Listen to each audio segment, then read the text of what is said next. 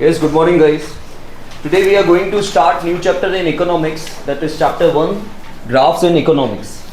ठीक है, ये चैप्टर में से बोर्ड में ज़्यादातर नहीं आता, लेकिन इकोनॉमिक्स का जो लास्ट सेक्शन होता है, 5 मार्क वाले 5 क्वेश्चन होते हैं, उसमें जो लास्ट 5वां क्वेश्चन होता है 49th नंबर पे लगभग, वो कंपलसरी ग्राफ आता है. तो आपको इस चैप्टर में से या किसी भी चैप्टर में से, लेकिन वैसे ग्राफ इस चैप्टर में दिया हुआ है, बाकी डेटा तो अलग अलग चैप्टर्स में है, चैप्टर 7 में भी है, दूसरे चैप्टर में भी है, लेकिन इस चैप्टर में ग्राफ आता है, बाकी ऑब्जेक्टिव आता है. ठीक है, लेकिन चैप्टर आपका ऑल ओवर काम का है, फर्स्ट टर्म यूटी वगैरह कुछ भी आ सकता है. मैं बोर्ड की बात बता रहा था कि उसमें 5 मार्क का आपको ग्राफ आएगा, 5 मार्क का लंबा आंसर नहीं आता कोई भी.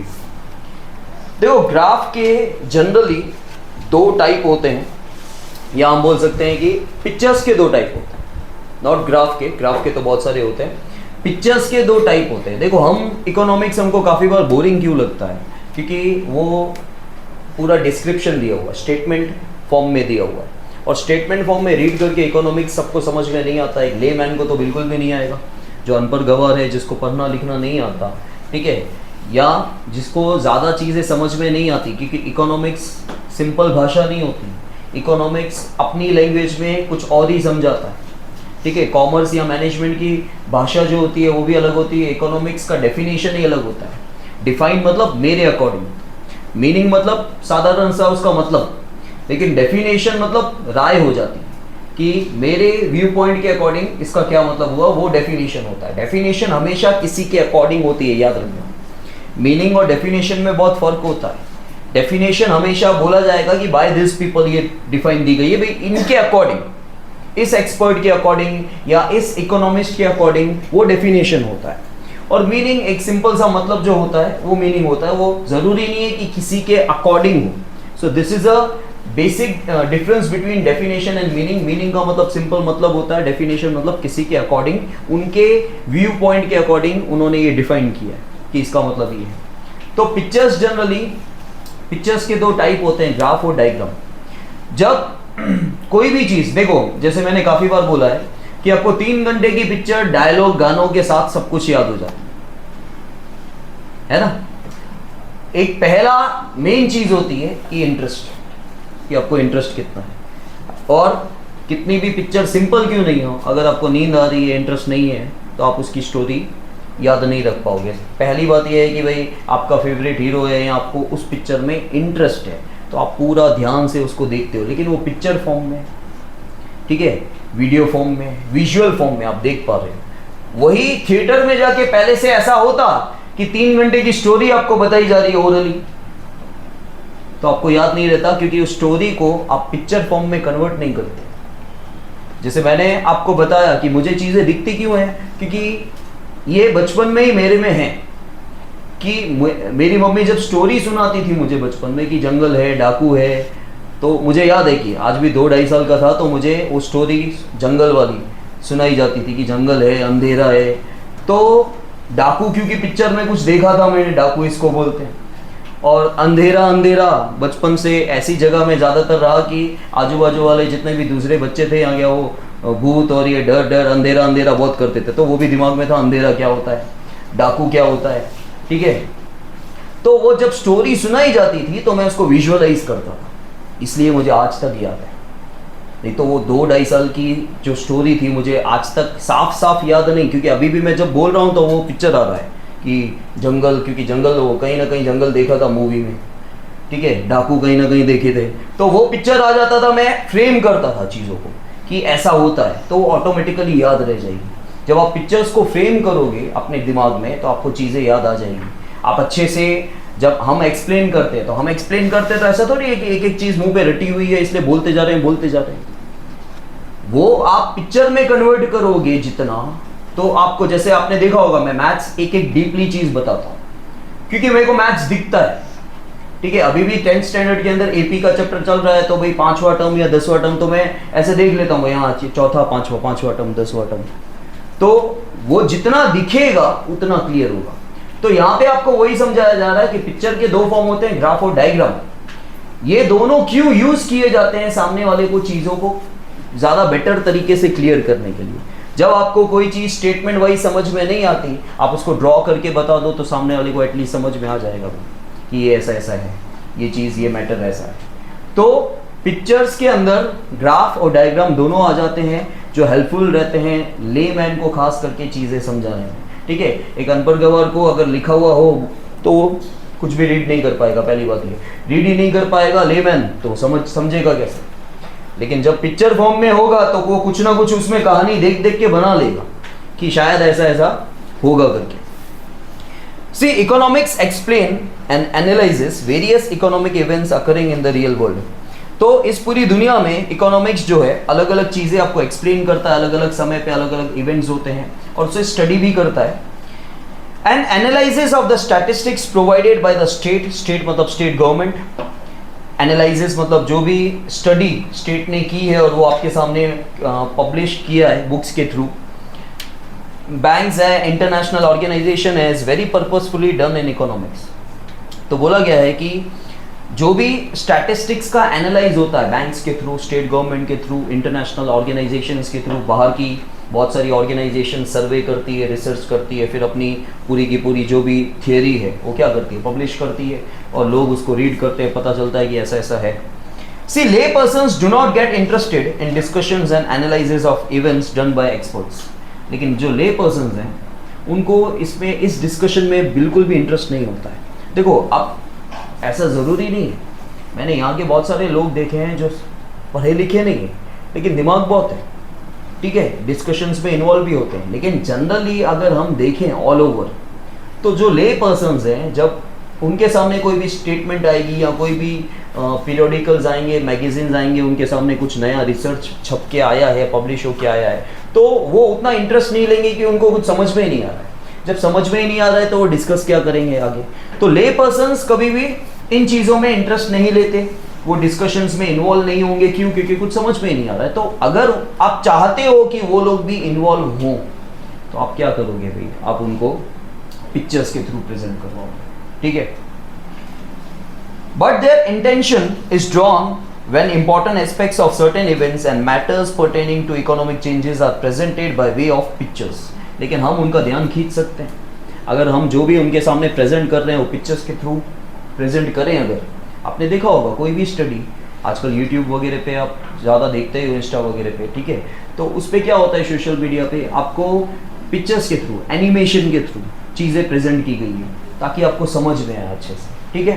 तो पिक्चर्स के थ्रू कोई भी चीज़ जब आती है तो ना चीज़ समझने वाली भी आपको अच्छे से समझ में आ जाती है। And this way certain information which must be conveyed to people reaches them. और कुछ इन्फॉर्मेशन, अब क्या होता है, खाली थियोरेटिकल थी पहले इन्फॉर्मेशन, तो हमने छाप तो दी लोगों के लिए, लेकिन कितने लोग रीड कर रहे हैं और रीड करने के बाद समझ रहे हैं, ठीक है। जिनको इंटरेस्ट नहीं है, जो ले पर्सन्स हैं, उनको बिल्कुल भी वो मैसेज पहुंच ही नहीं रहा है।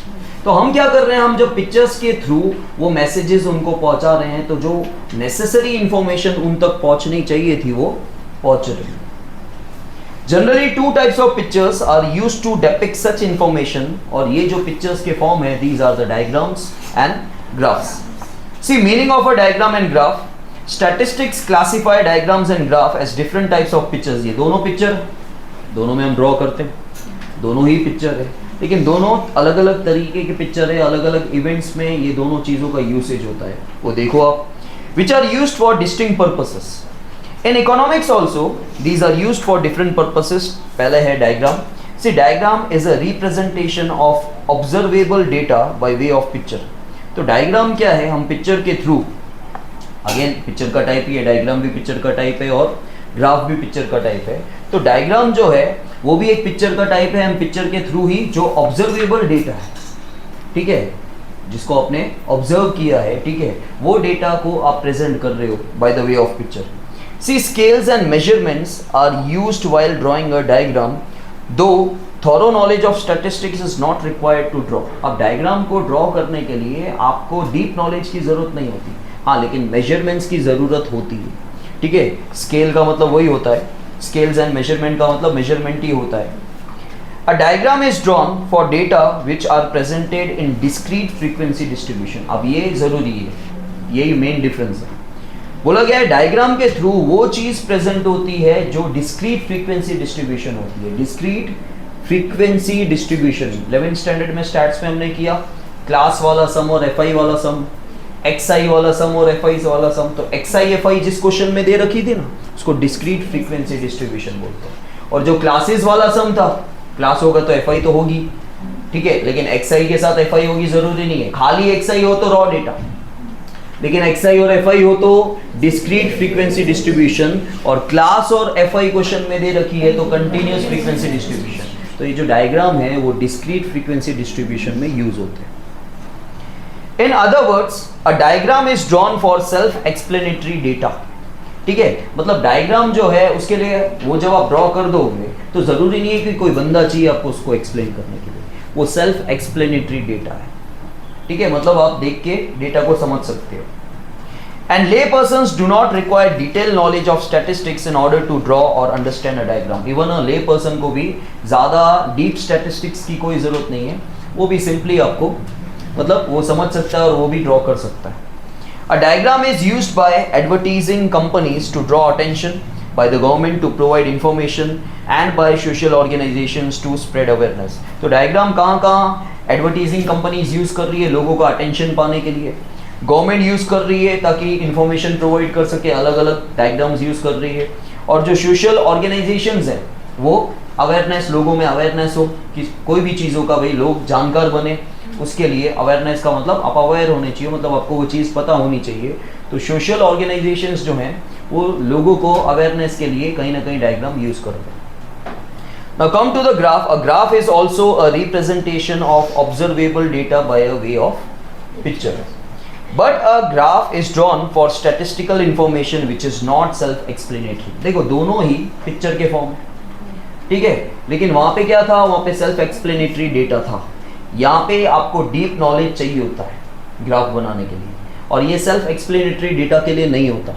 वो डिस्क्रीट फ्रीक्वेंसी डिस्ट्रीब्यूशन के लिए था, ये कंटिन्यूस फ्रीक्वेंसी डिस्ट्रीब्यूशन के लिए होता है। ठीक है, a graph is drawn for data with a continuous frequency distribution. In order to simplify such data, use of statistical tool is made. और यहाँ पे हम स्टैटिस्टिकल टूल्स यूज करते हैं, ग्राफ ऐसा ही नहीं बन जाता। स्केल्स और ये सब, प्रोटेक्टर, स्केल, राउंडर, ये कुछ भी ग्राफ बनाने के लिए यूज होता है। A graph is also drawn for the other types of complex statistical information. मतलब सिंपल इंफॉर्मेशन है तो आप डायग्राम बना दोगे, कॉम्प्लेक्स इंफॉर्मेशन है, विचित्र इंफॉर्मेशन है, तो आप क्या करोगे, आप ग्राफ बनाओगे। और सेल्फ एक्सप्लेनेटरी डेटा है तो आप डायग्राम पे जाओगे, और अगर सेल्फ एक्सप्लेनेटरी डेटा नहीं है तो आप ग्राफ बनाओगे। डिस्क्रीट फ्रीक्वेंसी डिस्ट्रीब्यूशन है तो आप डायग्राम बनाओगे, कंटिन्यूस फ्रीक्वेंसी डिस्ट्रीब्यूशन है तो इस तरह आप इसका डिफरेंस भी बना सकते हो। और वहाँ पे आपको थॉरो नॉलेज नहीं चाहिए था, आपको डीप नॉलेज नहीं चाहिए था डायग्राम बनाने के लिए, लेकिन ग्राफ बनाने के लिए आपको थॉरो नॉलेज स्टैटिस्टिक्स का चाहिए।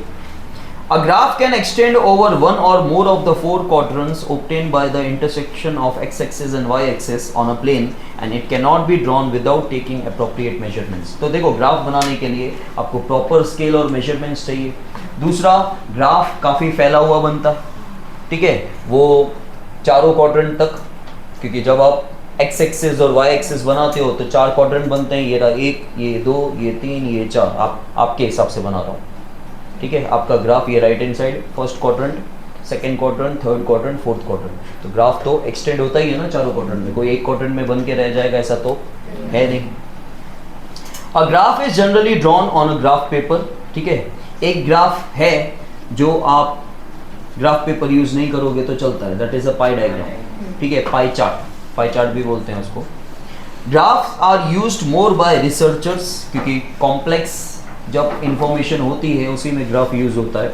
And educationist, graph are not used for conveying information to general public. तो ले पर्सन्स या जनरल पब्लिक को इंफॉर्मेशन देने के लिए ग्राफ यूज नहीं होता भाई, ये यूज होता है बिजनेसेस में, रिसर्च पर्पस के लिए। ठीक है, अब देखो एग्जांपल दिया हुआ है डिस्क्रीट का, मतलब डिसकंटिन्यूस भी बोलते हैं इसको। डिस्क्रीट मतलब डिसकंटिन्यूस फ्रीक्वेंसी डिस्ट्रीब्यूशन, जहाँ पे एक्सआई एफआई दिया हो और उसके नीचे जो डेटा दिया हुआ है that is a continuous frequency distribution. अब देखो यहाँ पे प्राइस और डिमांड का बेसिक आपका लॉ तो वही है सेम 11th वाला, और 11th वाला नहीं है, दुनिया का लॉ है।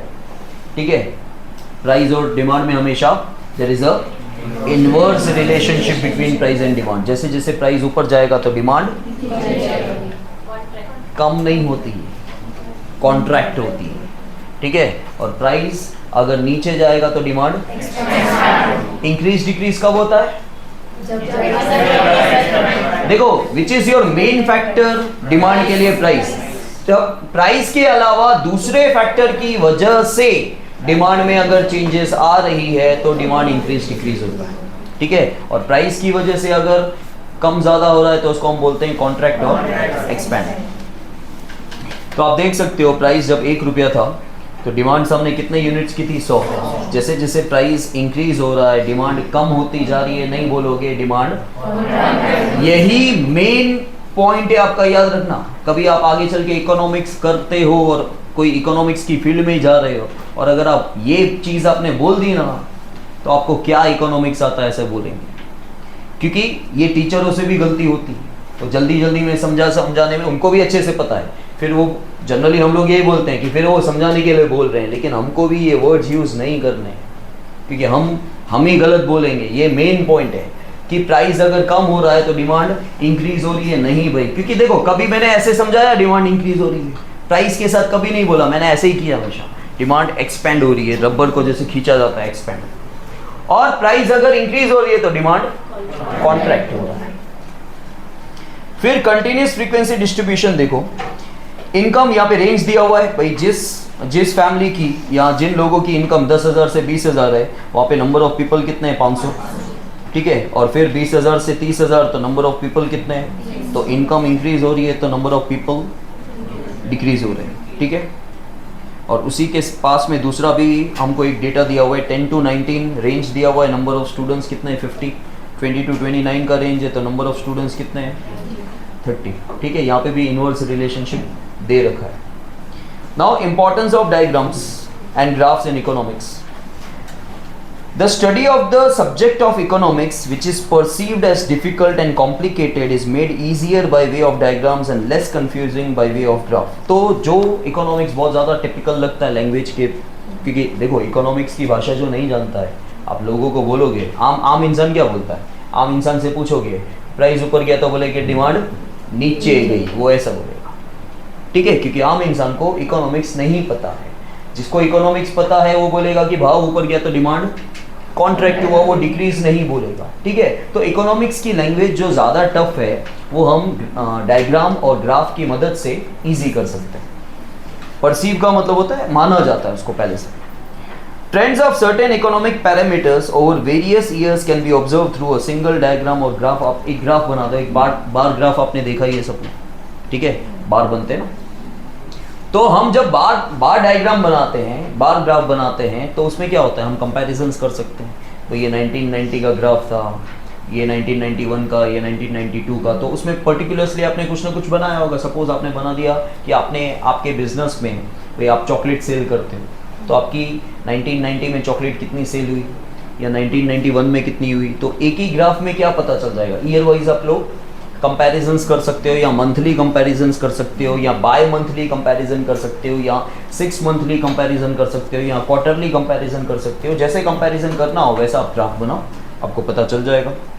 Changes occurring in various sectors of the economy can also be easily understood. क्योंकि देखो हमारी जो पिगी बैंक है ना, नेशनल इनकम, वो नेशनल इनकम में जैसे हमारा देश है, देश में हम बहुत सारे लोग कमाते हैं, लेकिन हम लोग जो काम कर रहे हैं वो काम करने की जगह 3 ही है।